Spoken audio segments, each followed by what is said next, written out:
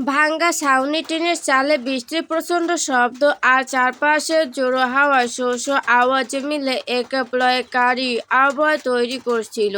কিন্তু সেই সব শব্দকে ছাপিয়ে এই মুহূর্তে মেহেরের বুকের ভেতরের ধকধকানি যেন বহুগুণ তীব্র হয়ে উঠেছিল। মেহেরের জীবনে কোনো দিন দ্রুততম কল্পনা তো ভাবেনি যে কোনো পুরুষের সামনে তাকে এমন এক চরম বিব্রতকর আর লজ্জাজনক পরিস্থিতিতে পড়তে হবে। আর সে পুরুষটি যদি হয় এই বদমেজাজি, অহংকারী আর থাপ্পড়ওয়ালা জল্লাদ তাহিন তাসিফ চৌধুরী, তবে তো কথাই নেই। লজ্জায়, সংকোচে আর অপমানে মেহেরের ইচ্ছে করছিল এই মুহূর্তে মেঝের মাটি ফাঁক হয়ে যাক আর সে তার ভেতরে লুকিয়ে পড়ুক। সে ভেবেছিল এই ঝড় বৃষ্টির বিকেলে এই পরিত্যক্ত কাঠের মিলের ছাউনিতে কেউ থাকবে না। বৃষ্টি কমলে সে দ্রুত বাড়ি চলে যাবে।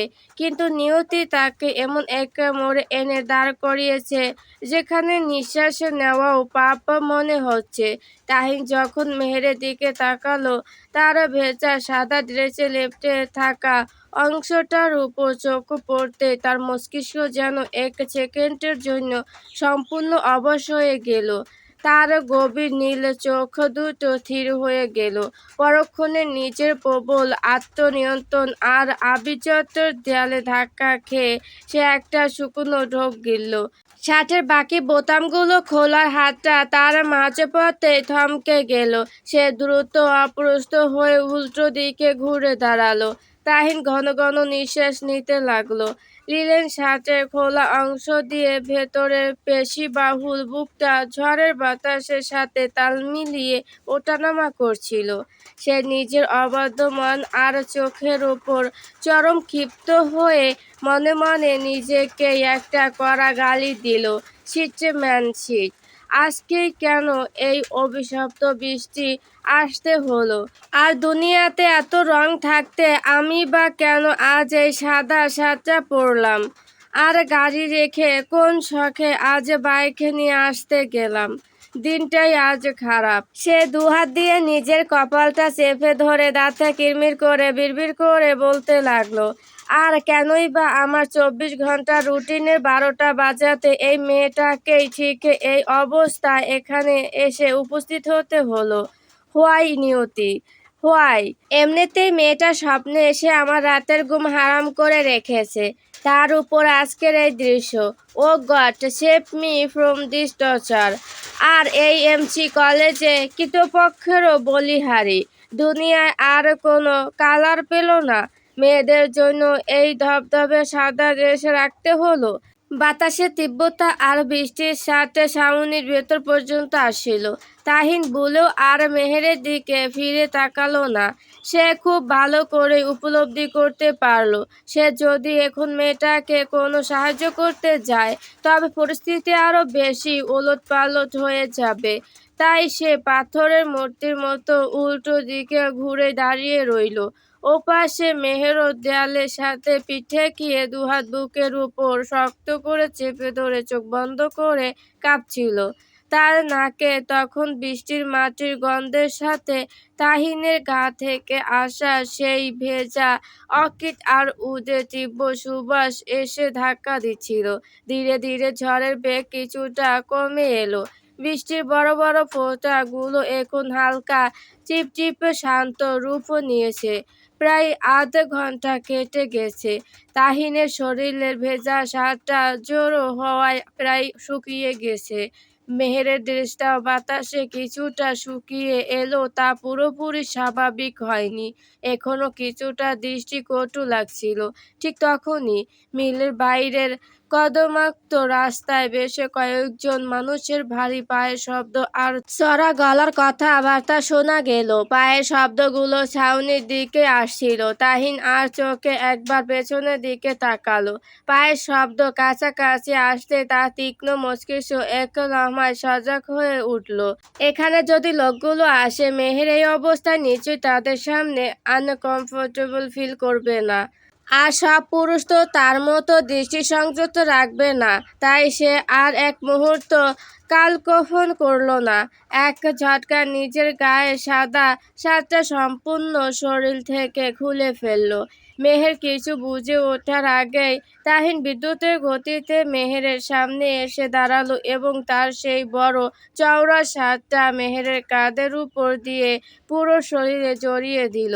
হুট করে নিজের গায়ের ওপর তাহিনের গায়ের সেই উমে ভরা তীব্র পারফিউমের সুবাসযুক্ত শার্টের স্পর্শ পেয়ে মেহের চমকে উঠে চোখ মেলল। সে দেখলো তার ঠিক সামনে দাঁড়িয়ে আছে শার্টহীন, সুগঠিত, ফর্সা আর শক্তপোক্ত শরীরের এক পুরুষ। তাহিন মেহেরকে বিন্দুমাত্র কথা বলার সুযোগ না দিয়ে নিজে বিশাল ও চওড়া পিঠ দিয়ে মেহেরকে সম্পূর্ণ আড়াল করে তার ঠিক সামনে লোহার দেয়ালের মতো দাঁড়িয়ে গেল। মেহেরের পুরো অভয়টা তাহিনের শরীরের পেছনে ঢাকা পড়ে গেল। পরক্ষণে ছাউনির নিচে এসে দাঁড়ালো প্রায় 10-12 জন মধ্যবয়স্ক ও স্থানীয় লোক। তারা ঝড়ের হাত থেকে বাঁচতে সেখানে আশ্রয় নিতে এসেছিল। কিন্তু ভেতরে ঢুকেই যখন তারা দেখলো একজন শার্টহীন ড্যাশিং তরুণ একটা মেয়েকে নিজের শরীরের আড়ালে সম্পূর্ণ ঢেকে দাঁড়িয়ে আছে, তখন তাদের চোখ কপালে উঠল। গ্রামীণ ও মফস্বলের সেই মানুষগুলোর চোখে মুহূর্তে এক নোংরা ও বাঁকা চাউনি ফুটে উঠল। তাদের মধ্যে একজন মাঝে বয়সী মতবরগোছের লোক তাহিনকে চিনে ফেলে চোখ বড় বড় করে চেঁচিয়ে উঠল, আরে এত দেখলাম আমরা এমপির নাতি, তাও চৌধুরী সাহেবের ঘরের পুয়া। ও বাপরে বাপ, এমপির নাতি হইছ দেখা কি দিনের আলোয় রাস্তার মাঝে এইলা নষ্টামি কইতানি? চৌধুরী বাড়ির রক্ত কি ওইলা নামাইলো? আরেকজন লোক মেহেরের দিকে উকি দেওয়ার চেষ্টা করে কড়া গলায় বলল, আর ওই ছুরিটা কুইরে, মুখখান দেখাও চাইন। চৌধুরী সাহেবের নাতি হইছ তাই কিতা হইছে, আইন কাউন কিছু নাইনি মাইনষের।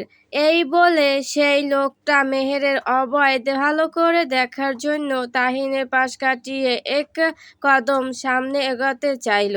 স্টপ রাইট দেয়ার, এক পাও সামনে বাড়াবেন না। তাহিনের সেই বরফ শীতল গম্ভীর আর হিংস্র সুবল কণ্ঠস্বর পুরো ছাউনির নিচে যেন এক অদৃশ্য চাবুকের মতো আছড়ে পড়ল। তার নীল চোখ দুটোতে তখন এক ভয়ানক চাহনি ফুটে উঠল। তার সেই ডমিনেটিং পার্সোনালিটির সামনে লোকটা ভয় একদম পিছিয়ে গেল। তাহিন নিজের ভেতরের চরম ক্ষোভ আর আক্রোশকে জোর করে চেপে রাখলো। সে খুব ভালো করে জানে এখানে রাগ দেখালে চৌধুরী পরিবারের বদনাম হবে আর মেয়েটার সম্মানও ধুলে মিশবে। সে নিজের কণ্ঠস্বর কিছুটা মার্জিত ও শান্ত করে অন্তত ধীর ও গম্ভীর গলায় বলল, আপনারা যা ভাবছেন বিষয়টা মোটো তেমন কিছু নয়। ঝড়ের কারণে এই মেয়েটি মাঝ রাস্তায় রিকশা থেকে নেমে এখানে আশ্রয় নিয়েছে। আর তার কলেজ ড্রেস ভিজে যাওয়ায় আমি জাস্ট তাকে সাহায্য করেছি। চৌধুরী পরিবার কোনো নোংরামিতে বিশ্বাস করে না, তাছাড়া আপনারা ভালো করে জানেন। তাহিনের বিশাল চওড়া পিঠের আড়ালে দাঁড়িয়ে মেহের তখন নিঃশ্বাসে বন্ধ হওয়ার উপক্রম। তার পুরো শরীর ভয়ের চোটে থরথর করে কাঁপছিল। সে খুব ভালো করে বুঝতে পারছিল যে পরিস্থিতি মোটেও ভালোর দিকে যাচ্ছে না।